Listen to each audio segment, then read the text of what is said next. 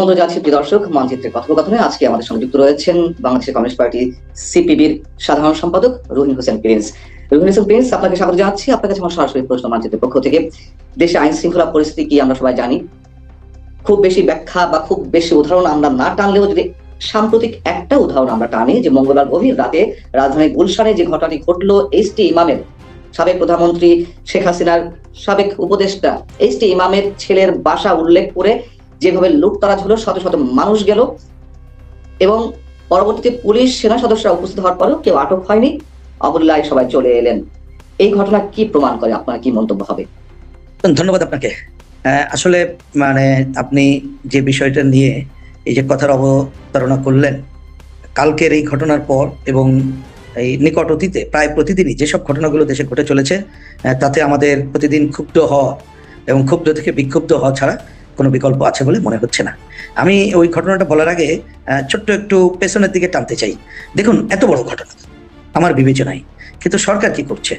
আমি দেখতে পেলাম যে কদিন আগে আমাদের স্বরাষ্ট্র উপদেষ্টা তিনি বলছেন আইন শৃঙ্খলার নাকি উন্নতি হচ্ছে, এবং ঠিক যেদিনই ওনার এই বক্তব্য পত্রিকার পাতায় ছাপা হলো, একই সাথে একাধিক দিকে খুন, ধর্ষণ এবং নানা ধরনের সন্ত্রাসী ঘটনা দেশের বিভিন্ন অঞ্চলে আমরা দেখতে পেলাম। আমরা পরের দিন দেখলাম আমাদের প্রধান উপদেষ্টা ডক্টর মোহাম্মদ ইউনূস তিনি বিবিসির সাথে সাক্ষাৎকারে বললেন যে অতীতের যে কোনো সময়ের তুলনায় আইন শৃঙ্খলা পরিস্থিতির নাকি কোনো অবনতি ঘটে নাই। বিবিসির সাংবাদিক যখন ওনাকে তথ্য উপাত্ত উত্থাপন করে বললেন, তবুও তিনি একই কথা বলতে থাকলেন। একই সাথে বলতে চাই, আমরা দেখলাম গতকাল উপদেষ্টা পরিষদের বৈঠকের পরে উপদেষ্টা পরিষদের একজন তিনি প্রেস ব্রিফিং করে জানালেন এই যে মবের বিষয়টা বা এই যে পুলিশিং এর যে বিষয়টা পাবলিক যেটা করছে, এইটাকে তারা গ্রহণ করবে না, কঠোর হাতে দমন করবেন। এইটা উনি বলে যাওয়ার পরই আমরা দেখলাম যে সামাজিক যোগাযোগ মাধ্যমে এই ধরনের ঘটনা যে এই ধরনের একটা মব তৈরি করে গুলশানে ন্যাক্কারজনক হামলা পরিচালনা করা হলো। সবচেয়ে বড় ব্যাপার হলো, হামলা পরিচালনার এত দেখার পরে তো এখানে পুলিশ, এখানে যৌথ বাহিনী আছে, তাদের তো না জানার কথা না। তারা গেল, আমরা মিডিয়ার মাধ্যমে যতটুকু শুনলাম তাও নাকি ঘন্টাখানিক পরে, কিন্তু যাওয়ার পরে দেখলাম যে যাদের সাথে কথা বলছে তাদেরকে যেন এক ধরনের দায় মুক্তি দেওয়া হলো, কোনো কিছু করা হলো না। তারা তার মতো চলে গেল। যে একজনকে বরঞ্চ দেখলাম ঔদ্ধত্যপূর্ণ ভাবে তারা কিন্তু কথা বলে চলে গেল। তার মানে আমার কাছে জিনিসটা, বা আমাদের দলের পক্ষ থেকে আগেও বলে এসেছি, আজকেও পরিষ্কার করে বলতে চাই, যদি কোনো সরকার না চায় বা তার যদি কোনো প্রশ্রয় না থাকে, এ ধরনের ঘটনা কখনো ঘটতে পারে না। আর তাও এটুকু অন্তত পক্ষে একটু বিবেচনা করতে রাজি থাকতাম বিচ্ছিন্ন ঘটনা হিসাবে, যদি বুঝতাম হঠাৎ করে ঘটছে। কিন্তু হঠাৎ করে তো না, এই ধরনের ঘটনা অনেকদিন ধরে ঘটে চলেছে এবং বারবার বলার পরেও সরকার কোনো ভূমিকা নিচ্ছে না। তেমন আমরা বলতে পারি সরকার এক ধরনের মৌন সমর্থন বা প্রশ্রয়ে এই ঘটনাগুলো ঘটে চলেছে বা অপরাধ যার সাহস পাচ্ছে। বিষয়টা কি এরকম না?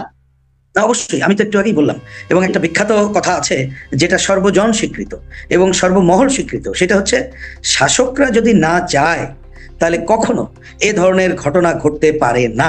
তারপরে আমি তো একটু সফট হয়ে বললাম, যদি বুঝতাম যে অতীতে কোনো ঘটনা নেই, খুব ভালো চলছে, হঠাৎ করে ঘটছে, তখন বলতে পারতাম। কিন্তু একের পর এক ঘটনা ঘটছে। আমি একটু আগে তো 3 জনের উদাহরণ দিলাম, যে স্বরাষ্ট্র উপদেষ্টা গতকাল ওনাদের প্রেস ব্রিফিং করেছেন একজন উপদেষ্টা, আর আমাদের প্রধান উপদেষ্টার উদাহরণ দিলাম, যে একেবারে নিকট অতীতে ওনারা যেটা বলছেন। তারপরেও আমি ধরলাম যে গতকালের ওনারা প্রেস ব্রিফিং এর পর গুলশানে ঘটনার এই ধরনের যখন সামাজিক যোগাযোগ মাধ্যমে বলা হচ্ছে, ওনারা ক্ষিপ্রতার সাথে যে এটাকে যদি ঠেকাতেন এবং বা ঘটনার পরপর যদি তাদেরকে গ্রেপ্তার করে বিচারের সম্মুখীন করতেন, তাহলে বুঝতাম সরকার কোনো ভূমিকা নিচ্ছে। কিন্তু এইসব মিলে দেখা যাচ্ছে হয়তো তাহলে দুটি ঘটনা হবে। একটা হচ্ছে সরকার তার সম্মতি বা কোনো না কোনোভাবে প্রশ্রয় ছাড়া এটা করতে পারে না, অথবা সরকার নামে কোনো কিছু নাই, অথবা অন্য কোথা থেকে পরিচালিত হচ্ছে। তাই ছাড়া তো এই ধরনের ঘটনা ঘটার কোনো কারণ আমি দেখি না। সরকার নামে কোনো কিছু নেই, তারপরেও তো বাস্তবতা যে সরকার নামে কিছু একটা এক্সিস্টেন্স আছে, কিছু একটা অস্তিত্ব আছে। যদি থেকেই থাকে, আমরা দেখতে পাচ্ছি কোনো ধরনের রেজিস্ট্যান্স তারা তৈরি করতে পারছে না, কোনো ধরনের উদ্যোগ নিচ্ছে না। না নেওয়ার কারণগুলো কি হতে পারে? সরকারে তো কেউ না কেউ রয়েছে বাস্তবতা, এটা আপনার ক্ষোভের কথা, এটা আমাদের হতাশার কথা যে সরকার বলে কিছু নেই, কিন্তু রয়েছে। তো সেই জায়গা থেকে যদি প্রশ্ন করে দিতে, তাহলে কেন কোনো ধরনের অ্যাটেম্প্ট নিচ্ছে না, কেন কোনো ধরনের উদ্যোগ গ্রহণ করছে না সরকার, করা হচ্ছে না সরকারের পক্ষ থেকে? এটাই হচ্ছে আমার বিবেচনায়। যদি বলেন হ্যাঁ, এই প্রশ্ন আমার, এবং এর উত্তর এক কথায় দেওয়ার যুক্তি অন্ততপক্ষে এখনো পর্যন্ত আমার কাছে নাই। কিন্তু এইটুকু বলতে পারি যে সরকার প্রথম দিক থেকে, তারা যেহেতু অন্তর্বর্তীকালীন সরকার, কোনো দলীয় সরকার না, তাদের একরৈখিক চিন্তা নাই। হ্যাঁ, যদিও একরৈখিক নাই বলছি, কিন্তু তারা ডিফ্যাক্টো ছাত্র বা কোনো অংশের প্রশ্রয় চলছে বা তাদের এই সরকার বলে অনেকে দাবি করে, এটা একটি আছে। কিন্তু সবচেয়ে বড় ব্যাপার হচ্ছে সরকার, আমার কাছে মনে হয় সে এ ধরনের ঘটনা যে প্রতিহত করতে হবে এইরকম বিবেচনাটা 1 নম্বর করছে না। 2 নম্বর হচ্ছে তথাকথিত মবের নামে যেটা তৈরি করা হচ্ছে ছাত্র জনতার নাম দিয়ে, কোড আনকোড, বা তৌহিদি জনতার নাম দিয়ে সরকার কোনো না কোনোভাবে, হয়তো প্রচ্ছন্নভাবে হোক অপ্রচ্ছন্নভাবে হোক, তাদের প্রতি এক ধরনের সমর্থন বজায় রাখতে চায়, অথবা তাদের সমর্থন রক্ষা করতে চায় বলেই এদের বিরুদ্ধে কোনো কথা বলছে না বলেই আমার কাছে প্রাথমিকভাবে এটা মনে হয়। তারপরে তাদের সরকারের বিশেষ কোনো এজেন্ডা রয়েছে যদি আলটিমেটলি না, এক্ষেত্রে আমি 2টা দিক বলতে চাই। প্রথমত, সরকার যেটা বললাম, সরকার যদি এখনো পর্যন্ত সচেতন না হয় এবং সে যদি ভূমিকা পালন না করে, আমি ভূমিকা পালন করার ক্ষেত্রে একটু কথা খালি যুক্ত করি। একটা হচ্ছে আর ঘটবে না, শুধু ভূমিকা পালন সেটি না, তাকে পরিষ্কার বলতে হবে এ পর্যন্ত যত ঘটনা ঘটছে, আমাদের মুক্তিযুদ্ধ ইতিহাস, ঐতিহ্যের উপরে আক্রমণ, এই সমস্ত জায়গায় যেসব ঘটনা ঘটছে, প্রতিটি ঘটনা সুষ্ঠু তদন্তের মাধ্যমে সে যারা জড়িত নেপথ্যের নায়ক তাদের চিহ্নিত করবে, ব্যবস্থা গ্রহণ করবে। শুধুমাত্র আগামীতে ঘটবে না তা না, এইটা যদি না করে তাহলে বুঝতে হবে যে এই সরকারের প্রশ্রয় আরো নতুন নতুন ঘটনা ঘটবে। এটি একটি দিক। আরেকটা জিনিস যেটা আমরা বলতে চাই, সরকার যদি এই কথা বলে এটা সরকার পার পাবে না, সেটা হচ্ছে কি, এটা আমরা জানি যে এই ধরনের সরকারের সময় গণঅভ্যুত্থানের পরে নানা ধরনের শক্তি নানা ঘটনা ঘটাতে চাইতে পারে, কিন্তু সেটা চাওয়ার তো একটা প্রধান লক্ষ্য হবে যে গণঅভ্যুত্থানের মূল চেতনা তার থেকে আমাদের পেছনের দিকে নিয়ে আসা এবং সরকারকে অস্থিতিশীল করা। কিন্তু এই কথা বলে সরকার পার পাবে না, ওই রকম যদি কেউ করতেও চায় তাহলে প্রকারান্তরে সরকারের নীরবতা বা প্রচ্ছন্নভাবে সরকারের সহায়তা ভূমিকা কিন্তু ওই অপশক্তিকেই সহায়তা করবে, ওই দায়ও সরকারকেই গ্রহণ করতে হবে। আপনি বলছেন যে একটা গণঅভ্যুত্থানের পরে এই ধরনের ঘটনা, অনেক ধরনের স্টেক হোল্ডার থাকে যারা এই রাষ্ট্রকে বা যে কোনো সমাজকে অস্থিতিশীল করতে চায়, তাদের নানান ধরনের এজেন্ডা থাকে এবং অস্থিরতা আমরা দেখিও যে কোনো একটা গণঅভ্যুত্থানের পরই। কিন্তু সেই সময়টা কি পার হয়ে যায়নি? 7 মাস কি এনাফ নয়, মোর দ্যান এনাফ নয় আইন শৃঙ্খলা পরিস্থিতি? জি, আমি পরিষ্কার করলাম, অফকোর্স সে সময় বহু আগে পার হয়ে গেছে। এবং এইবার একটু বলি, অন্য গণ অভ্যুত্থান এবং এইবারের গণ অভ্যুত্থানে আপনি অনেকগুলো আমরা কি বলে কথা বলতে পারি, কিন্তু আমি অন্যতম পজিটিভ কথা বলতে চাই, যে কারণে বলছি আসলে একদিনও সময় বেশি দরকার ছিল না। সেটা কেন? কারণ হচ্ছে যাদের বিরুদ্ধে আমরা গণ অভ্যুত্থান করলাম তাদের তো আর লেশ মাত্র দেখেনি, তারা তো দেশ ছেড়েও চলে গেল, বা যারা থাকলো তাদের খুঁজে পাওয়া গেল না। তাহলে আপনি দৃশ্যত শত্রুপক্ষ তো এই অর্থে নাই। তারপরে এই যে গণঅভ্যুত্থান যারা কি বলে সবাই মিলে দীর্ঘদিনের প্রচেষ্টায় যেটা সংগঠিত হলো এবং যে সরকার গঠন করা হলো, ওই সরকার গঠনের সময় আমাদের সহ অনেককে জিজ্ঞেস না করলেও আমরা তাদের উপরে যে অভূতপূর্ব সমর্থন জ্ঞাপন করলাম, তাহলে এই সরকারের মিনিমাম নৈতিক জায়গা থাকলে ওই যে যত সময় অন্য সময় লাগে এইবারও বেশি সময় লাগার কোনো কারণ ছিল না, যদি তারা মনে করতো যে আমাদের দায়িত্বশীল আচরণ হবে। এখন আর দেরি না করে আইন শৃঙ্খলা পরিস্থিতির উন্নতির থেকে বলবো জনজীবনে শৃঙ্খলা ফিরিয়ে আনা। এবং এটা মনে রাখা দরকার, 5ই আগস্ট গণ অভ্যুত্থান সংগঠিত হওয়ার পর আপনি কয়েকদিন কিন্তু সরকার সময় পেয়েছে, এবং আপনি খেয়াল করলে দেখবেন এই সময়টাও, কারণ এই সময় পেয়েছে বলছি, কিন্তু এখন এগুলো তো প্রমাণিত হচ্ছে যিনি প্রধান দায়িত্ব নিলেন তার সাথে কিন্তু এই কথাবার্তার সাথে সাথেই চলছিল। এমনকি এখন তথ্যপত্র বেরোচ্ছে হয়তো আগে থেকেও নানাভাবে যোগাযোগ ছিল, কিন্তু মিনিমাম এই ধরনের একটা দায়িত্ববান লোকের সেই জায়গাটা তো হোমওয়ার্ক করাটা একটু জরুরি ছিল। সেই হোমওয়ার্কটা যদি ঠিকঠাক মতো হতো, ন্যূনতম যোগ্যতার স্বাক্ষর রাখা যেত, তাহলে এই সময় অনেক আগেই পেরিয়ে গেছে, এটা আমরা পরিষ্কার করে বলতে পারি। সুতরাং এখন কোনো অজুহাতে গণ অভ্যুত্থান তার পরবর্তী প্রেক্ষিত, সুতরাং আরো সময় দরকার, এই আলোচনা একেবারেই অবান্তর। তাহলে আমরা দেখছি আপনি যেটা আশা করছিলাম বা আমরা যেটা আশা করি যে সরকারের পক্ষ থেকে কোনো ধরনের ব্যবস্থা নেওয়া হবে, সেই ব্যবস্থা অংশ হিসেবে আমরা দেখলাম যে অপারেশন ডেভিল হান্ট শুরু হলো। বাট অপারেশন ডেভিল হান্ট তো বিতর্কের মধ্যে পড়লো। আন্তর্জাতিক মানবাধিকার সংস্থা হিউম্যান রাইটস ওয়াচ তারাও মানবাধিকার লঙ্ঘনের প্রশ্ন উত্থাপন করলো। কেন কিছুতেই কিছু করা যাচ্ছে না? এবং একই সঙ্গে আপনি যে প্রশ্নটি করলেন, নিজে মন্তব্য করলেন যে বিবিসিতে আমাদের প্রধান উপদেষ্টা বলেছেন যে অপরাধের মাত্রা মোটেই বাড়েনি। এই মোটেই বাড়েনি এর মধ্য দিয়ে আসলে তিনি মানুষ কি বুঝাতে চান, কি মেসেজ দিতে চান? সরকার কি অন্ধ হলেই প্রলয় বন্ধ হয়, এমন কোন বিষয় আমাদের সামনে বুঝাতে চাইছে? আমি প্রলয় না, আমি কি বলবো, এইটা ঠিক কোন শব্দ এটার জন্য ফিট করে, বিশেষ করে ডক্টর মোহাম্মদ ইউনূসের জন্য আমি সেটা খুঁজে পাচ্ছি না। কিন্তু চলতি কথায় বলতে পারি যে এইটা দেখবেন যে অতীত দিনে শাসকরা যারা নিজেদের অপরাধগুলো ঢাকার জন্য যে ধরনের শব্দ ব্যবহার করতো, উনি সেই শব্দই ব্যবহার করেছেন। এর থেকে সব শব্দ আমার কাছে আর নাই। অথবা উনি যদি আরো ভদ্র শব্দ বলে ওনার অজ্ঞতা, তাহলে অজ্ঞতাও যদি বলি তাহলে অজ্ঞ লোকের তো এই দায়িত্বে থাকার কথাও না। এ ধরনের, এটা হচ্ছে এ বিষয়ে বক্তব্য। আপনি একটু আগে যে কোশ্চেনটা তুললেন ওই ব্যাপারে পরিষ্কার বলতে চাই, এই যে দেখুন, বিশেষ করে গাজীপুরের একটা ঘটনার পর যেভাবে এই যে একটা বাহারি শব্দ দিয়েই ডেভিল হান্ট এই নামে যে কাজটা করা হলো, আমরা কিন্তু ঠিক ওই সময় প্রশ্ন তুলেছিলাম, কারাই আপনি যে শয়তান বলতে চাইছেন কারা? এটাকে সুনির্দিষ্ট করতে হবে। এই সুনির্দিষ্ট না করলে এটার অপব্যবহার হবে, খুবই স্বাভাবিক। আমি শুধু না, আমাদের দল সহ গণতন্ত্র মানা দলগুলো একাধিকবার টেলিভিশন আলোচনায় বিবৃতি দিয়ে আমরা বলেছি যে আপনারা প্রথম দিন যাদেরকে গ্রেপ্তার করলেন, প্রথম কথা হচ্ছে কাদেরকে সুনির্দিষ্ট করতে হবে, কারা এই ক্যাটাগরিতে গুলো পড়ে, তালিকা করে আপনি আইন অনুযায়ী গ্রেপ্তারের জায়গায় যেতে হবে। তারপর আমরা বলেছিলাম ঠিক আছে, আপনি যখন প্রথম গ্রেপ্তার করেন উন্মুক্ত করেন, প্রতিটা মানুষের নাম আমরা জানতে চাই এবং জানতে চাই কেন কাকে গ্রেপ্তার করলেন। এইখানে কোনো রাজনৈতিক প্রতিহিংসা বশত কোনো কিছু করা এটা অনৈতিক, অন্যায়। তাতে কিন্তু সন্ত্রাস দমন হবে না, বরঞ্চ নানা মাত্রায় এটা কিন্তু বাড়তে থাকবে। আপনি যদি আমি জানি না, এখন তো আপনি আজকে বললেন বলে নামটা মনে পড়লো, এই নাম তো বোধহয় এখন আর বহুল আর আলোচিত কম হচ্ছে, ওই আলোচনার মধ্যেও নাই।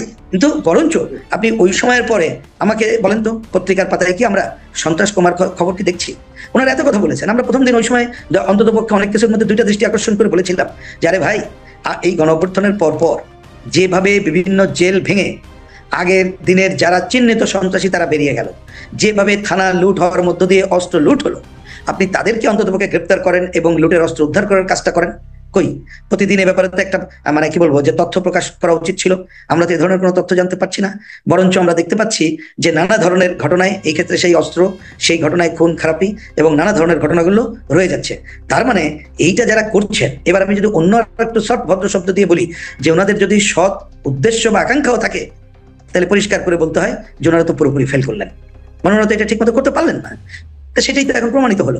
হয় ওনারা এটা করতে পারছেন না, বা ইচ্ছা থাকলেও যেভাবে করছেন করার ক্ষমতা ওনাদের নাই, সেই সক্ষমতা ওনাদের নাই। যেহেতু ক্ষমতা নেই, অথবা যদি করার সদিচ্ছা না থাকে, অথবা যদি পুরোপুরি ব্যর্থ হয়ে থাকে, সব কিছুকে যদি আমি বিবেচনায় নিয়ে আসি, আপনি যেমনটা বলছেন এরকম আরো অনেকে বলছেন নিশ্চয়ই, তো এই শব্দগুলো যদি আমরা বিবেচনায় নিয়ে আসি, তাহলে কি সরকারের পদত্যাগ না করে আর কোনো উপায় আছে? না, আমি এই কারণে কথাটা বলি, এখনো পর্যন্ত পুরো সরকারের পদত্যাগের কথাটা আমি ঠিক যে মুহূর্তে কথা বলছি এখনো আমরা বলিনি, কিন্তু সরকারকে পরিষ্কার ভাষায় যেটা বলতে চাই, কারণ সেটা হচ্ছে আপনি বুঝবেন কেন, তাও আপনাকে বলে দিই। সরি, এই কথাটা একটু বলি। ধরুন এটা যদি একটা নির্বাচিত সরকার বা রেগুলার সরকার হতো, তাহলে খুবই ন্যাচারাল আমরা 1 সেকেন্ড দেরি না করেও বলতাম যে তুমি ক্ষমতা ছেড়ে দাও, দিয়ে তুমি কাজ করো, এটা বলতাম। কিন্তু এখন আমি বলছি, এই মুহূর্তে বলছি না, বলবো না তা কিন্তু আমি বলিনি, কিন্তু এই মুহূর্তে যে কথাটা বলতে চাই এবং বলছি সেটা হচ্ছে এই, আমরা সরকারকে বলেছিলাম যে আর দীর্ঘায়িত না করে জনগণের প্রত্যক্ষ ভোটে নির্বাচিত সরকারের হাতে ক্ষমতা তুলে দাও। এইটা দেওয়ার জন্য নানা আলোচনার মধ্যে এখন চলে এসেছিল যে কোনো ভাবে হোক এবছর ডিসেম্বরের মধ্যে এই কাজটা করবে। আমি বরঞ্চ সর্বশেষ গতকালকের পরিস্থিতিকে আমি একটু বিশেষভাবে নিতে চাই যে উপদেষ্টা পরিষদের তাদের সিদ্ধান্ত জনগণের সামনে ঘোষণার পরও, এত বড় ঘটনার পরে তাদের যখন ভূমিকা দেখছি না, তখন বলবো অত দেরি না, আর দেরি করার দরকার নেই, আরো দ্রুততম সময়ে সুনির্দিষ্টভাবে নির্বাচনের তারিখ ঘোষণা করেন এবং নির্বাচিত সরকার হাতে ক্ষমতা তুলে দেন। এবং আমি আজকে শুধু এইটুকু বলে, এই পয়েন্টটাই আর আজকে বাড়াবো না, যদি সরকার এই জায়গায় ব্যর্থ হয় তখন আমাদেরকে এই সরকার প্রশ্নে অন্যান্য দাবি আমাদের তুলতে হবে। সেক্ষেত্রে গণতন্ত্র মানা, মুক্তিযুদ্ধের পক্ষের যারা গণতন্ত্র মানা শক্তি আছে, যারা এই গণঅভ্যুত্থান মানে এই সরকার বা বিগত দিনের স্বৈরাচারী ফ্যাসিস্ট সরকারকে উচ্ছেদ করার জন্য দীর্ঘদিনে লড়াই করেছিলাম, আমরা পরস্পর আলোচনা করে আমরা সেই ধরনের বক্তব্য সরকারের কাছে এবং দেশবাসীর সামনে তুলে ধরবো। মানে একই ধরনের, মানে যেমন গণঅভ্যুত্থানে দলমত নির্বিশেষে নানান শ্রেণী পেশার মানুষ এবং রাজনৈতিক দলগুলো ঐকমত্যভাবে সরকারপত্রে আন্দোলনের শরিক হয়েছিল আওয়ামী লীগ সরকারের বিরুদ্ধে, সেই ধরনের চিন্তা ভাবনা করতে আপনারা বাধ্য হবে, বিষয়টা এরকম? অফকোর্স, একটা ঠিকই বলেছেন। দেখুন, এটাই তো বাস্তবতা যে বিশেষ করে মানে এ নিয়ে তো কোনো দ্বিধাদ্বন্দ্ব আমাদের কারণ নাই। বিশেষ করে 13 সালের পর থেকে 14 নির্বাচনকে সামনে রেখে যে ঘটনাগুলো এই সরকার ঘটাচ্ছিল, মানে একক কর্তৃত্ববাদী পজিশন একেবারে জনগণের সামনে দৃশ্যমান হচ্ছিল, এবং সে যে কোনোভাবে মানে তথাকথিত নির্বাচনের কোড অ্যান্ড কোড নামে একটা প্রহসন সংগঠিত করে ক্ষমতায় থাকবে। আমরা সেই সময় থেকে বলছিলাম যে না, আর এক মুহূর্ত তোমার ক্ষমতা থাকার অধিকার নেই, এবং এইভাবে তুমি যদি দীর্ঘায়িত করো তাহলে দেশ আরেক ধরনের সংকটে পড়ে যাবে। এবং আমরা কিন্তু তখন থেকেই দেখবেন, বিশেষ করে তার মানে 1 যুগ ধরেই আমরা বিভিন্ন রাজনৈতিক দল হয়তো যার যার অবস্থান থেকে আমরা আন্দোলন সংগ্রাম করে চলেছিলাম এবং গণঅভ্যুত্থানের মধ্যে আমরা সবাই সম্পৃক্ত ছিলাম। এক্ষেত্রে আমাদের ছাত্র বন্ধুরা এবং অনেকেই সামনের কাতারে ছিল, এবং পরিস্থিতি এমন হয়ে গেছিল যে একেবারে শিশু থেকে শুরু করে বৃদ্ধ পর্যন্ত, এমনকি ওই আওয়ামী লীগের সমর্থক অনেক ন্যূনতম যাদের কি বলবো যে একটা মানবিক জ্ঞান আছে, তারাও মনে করছিল আর 1 সেকেন্ড দেরি নাই, সরকার চলে যাক, যা হয় পরে হবে। আমরা কিন্তু যার জন্য আমি আজকে অন রেকর্ড আপনাকে বলে দিই যে এই সরকার 8ই আগস্ট ক্ষমতা মানে দায়িত্ব নেওয়ার পরে আমাদেরকে প্রথম অল্প সময়ের জন্য ডাকলেন 12ই আগস্ট। আমরা কিন্তু সাথে সাথে ওনাকে বলেছিলাম আমি দুইটা উদাহরণ দিয়েই আমার কথা শেষ করি। তখন কিন্তু আমরা বলেছিলাম যে দেখেন, এই সরকার মানে তো একটা ব্যক্তি গেল বা একটা গোষ্ঠী গেল, কিন্তু তার ব্যবস্থাটা রয়ে গেল। তার এই পাল্টা ব্যবস্থা করতে গেলে আপনি দ্রুত পারবেন না, কিন্তু একটা অভিন্ন নীতিমালা করেন এবং মনে রাখতে হবে কোনো গোষ্ঠী বা কোনো দল জয়ী হয়নি যেন পাল্টা কেউ আধিপত্য বিস্তার না করতে পারে। সরকার সেটা করে নাই। আমাদের সাথে ওই সময় কথা থাকলো আগস্টের পরে 1 সেপ্টেম্বর থেকে সংলাপ করবে, রাজনৈতিক দলগুলো কথা বলবে। এখনো পর্যন্ত আজ পর্যন্ত ওই ধরনের কোনো সংলাপ তারা করে নাই। তারপরে আমাদের সম্ভবত 5 অক্টোবরে দ্বিতীয়বার ডাকলেন। আমরা বাম জোটের পক্ষ থেকে লিখিত ওনার কাছে আছে, আমরা বলে এসেছি আর কাল বিলম্ব করবেন না, সুষ্ঠু গ্রহণযোগ্য নির্বাচনের জন্য যতটুকু সংস্কার করা দরকার ওইটুকু করেই নির্বাচনের দিকে যান। তারা কিন্তু এই কথা শোনেনি। সুতরাং তারা এই কথাগুলো না শুনে আমরা দেখতে পাচ্ছি, বুঝতাম যে আমাদের কথা না শুনে ওনারা খুব এমন ভালো কাজ করছেন, মানুষ করছে বাবারে আরো থাকো, একেবারে কি বলে দুধের নহর বয়ে যাচ্ছে, আইন শৃঙ্খলা পরিস্থিতির উন্নয়ন, মানুষের কোনো সংকট নেই, তাহলে অন্য জিনিস ছিল। কিন্তু ওনারা তো পারছেন না, এবং ওনাদের না পারাটাও অনেক সিনিয়র উপদেষ্টা যারা আমাদের অনেক সম্মানিত, আমরা চিনি, তাদের সাথে যখন ব্যক্তিগত আলাপচারিতা বা অন্য জায়গায় দেখা সাক্ষাৎ হয়, এক ধরনের হতাশার জায়গাটা কিন্তু আমরা দেখি। তাই এই ধরনের হতাশা মানে হচ্ছে কি, এই সংকট কিন্তু আরো জিয়ে থাকবে। এবং এই অপশক্তি মানে খালি পতিত স্বৈরাচার না, আমাদের দেশে এই অগণতান্ত্রিক শাসনে বেড়ে ওঠা নানা অপশক্তি আছে, আমাদের মুক্তিযুদ্ধ বিরোধী শক্তি আছে, আমাদের বিদেশি আধিপত্যবাদী সাম্রাজ্যবাদী শক্তি আছে, যারা বাংলাদেশকে একটা ফেল স্টেটে রূপান্তরিত করার জন্য নানা ধরনের ঘটনা ঘটাতে চায়। সুতরাং তারা কিন্তু সুযোগ নিয়ে যাবে।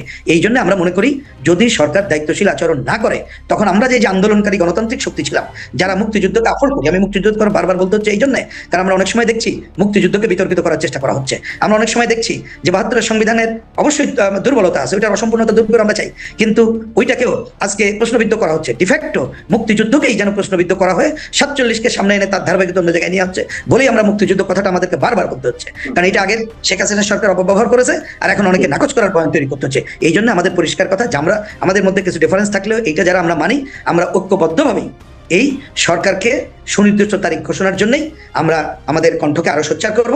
এবং যদি সরকার এই কাজটা না করে, তাহলে রাজনীতির অঙ্ক যা আছে বাধ্য করার জন্য আমাদের যা যা করতে হয় সেই কাজটা করব। সে ব্যাপারে আমরা আমাদের পারস্পরিক আলাপ আলোচনা চালাচ্ছি। আশা করি আপনারা অচিরে এটা দেখতে পাবেন। তবে আমি আশা করব অন্তর্বর্তীকালীন সরকারের বিরুদ্ধে আন্দোলন করে আমাদের এই নির্বাচনের দাবি আদায় করতে হবে না। তারাই দ্রুততম সময়ে, মানে তারা এখনই যত দ্রুত সম্ভব নির্বাচনের রোডম্যাপ ঘোষণার জন্য নির্বাচন কমিশনকে বলবে। কারণ আমরা নির্বাচন কমিশনে দেখা করেছি, আজকেও তাদের বক্তব্য পড়লাম, তারা কিন্তু রেডি। তাদেরকে শুধু বললেই এটা করা যাবে। এবং আমার ধারণা নির্বাচন ব্যবস্থার সংস্কারের জন্য এত সময় লাগবে না, অল্প সময় সুষ্ঠু গ্রহণযোগ্য নির্বাচনের জন্য যা যা সংস্কার করা দরকার সেই কাজটি আমরা বসেই করেই একটা ভালো নির্বাচনের দিকে আমরা যেতে পারি। অনেক ধন্যবাদ রুহিন হোসেন প্রিন্স। আমার শুধু একটি শেষ প্রশ্ন, যে 71 পরাজিত শক্তি, মুক্তিযুদ্ধ বিরোধী শক্তি এবং বিদেশি কয়েকটি শক্তি আমরা নাম উচ্চারণ করলে করতেও পারি, সমস্যা নেই, যাও এই শক্তিগুলো মিলে তারা যে এজেন্ডা বাস্তবায়ন করতে চায়, এই বাংলাদেশে আদৌ সম্ভব কিনা, আমি এক লাইনে উত্তরটি চাই। পরিষ্কার করে বলি, মনে রাখতে হবে এই বাংলাদেশ একদিনে হঠাৎ বাংলাদেশ না। 200 বছরের ব্রিটিশ বিরোধী সংগ্রাম, 23-24 বছরের পাকিস্তানের স্বৈরাচারের বিরুদ্ধে সংগ্রাম। সুতরাং মাটি এবং মানুষ, তাদের এই দীর্ঘ সংগ্রামের কালমিনেশন ছিল মহান মুক্তিযুদ্ধ। সুতরাং এই মুক্তিযুদ্ধকে কেউ বিতর্কিত যদি কেউ করে মনে করে মুক্তিযুদ্ধের বিরোধী অবস্থান নিয়ে বাংলাদেশে রাজত্ব করবে, টিকে থাকবে, সেটি এই বাংলাদেশে হবে না। বাংলাদেশের জনগণ এটা মোটেই